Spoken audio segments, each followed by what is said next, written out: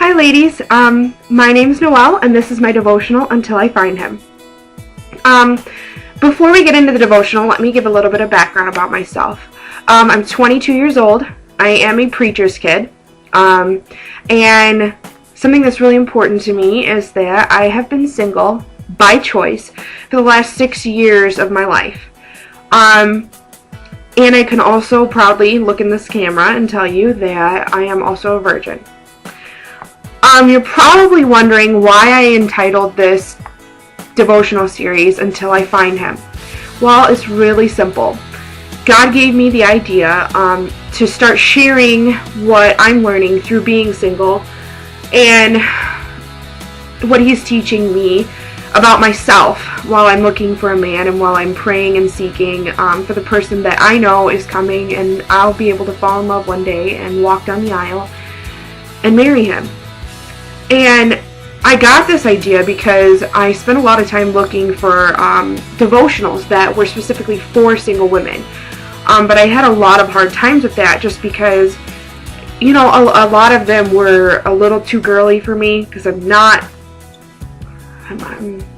a pretty strong personality. So it's hard for me to do the really girly fairy tale kind of thing. So, you know, I was really just searching for something that was like for an Esther's heart, for someone that is like so pumped up and ready to see what God has for them. So God told me, well, why don't you do it yourself? Why don't you come up with something yourself? So that's what I'm doing, and I'm hoping that you guys get out of it what I'm getting out of it and that you learn a lot. The devotional that I wanted to start with is verses from Psalm 37. So Psalm chapter 37, verses 3 through 7. It says, "Trust in the Lord and do good, dwell in the land and enjoy safe pasture. Delight yourself in the Lord and He will give you the desires of your heart. Commit your way to the Lord, trust in Him and He will do this.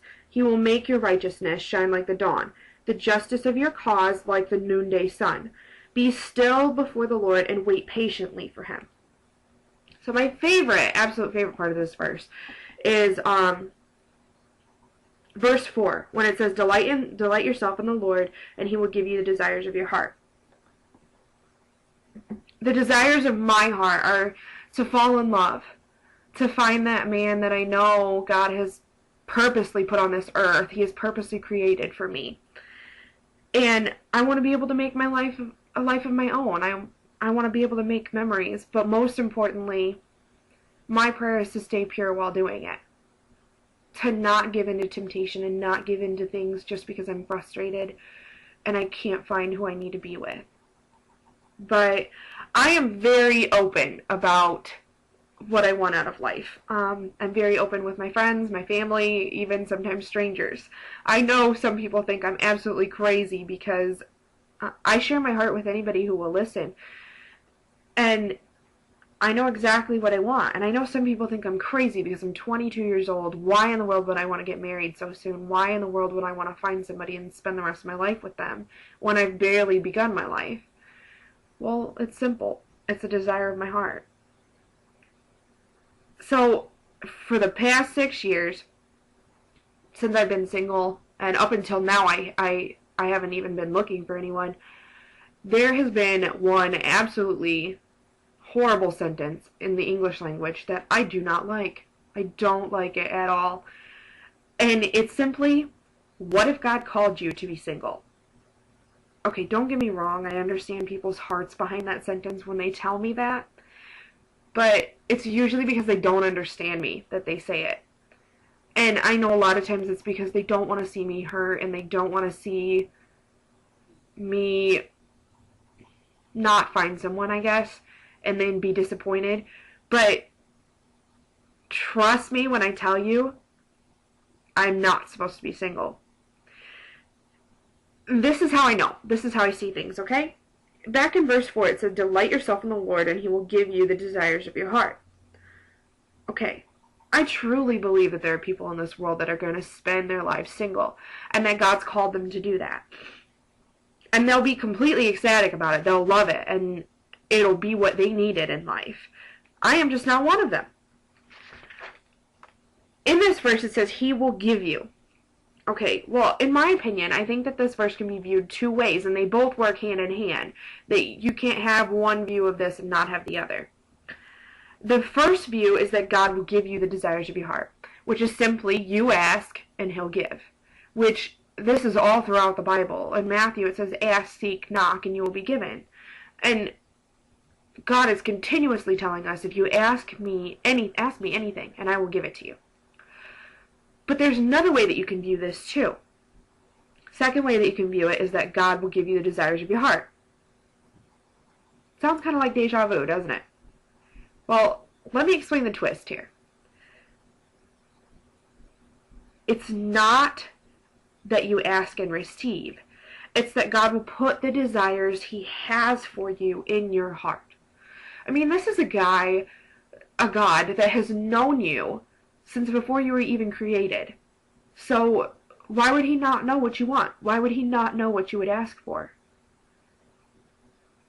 I believe that with everything in me, that if I was meant to be single, God would not have put the desire in my heart to find a husband and to fall in love. He would not have promised me a prosperous man. He would not have promised me that I would find somebody and fall in love. And I think verse 5 is really powerful too. Commit your way to the Lord. Trust in Him and He will do this. So commit your way to the Lord. He gave me a promise and I put it in His hands because I knew that if it was in my hands, it wouldn't happen. And I probably wouldn't do the right things with it. I'd get impatient and I'd rush things and I'd end up with somebody that I was never supposed to be with.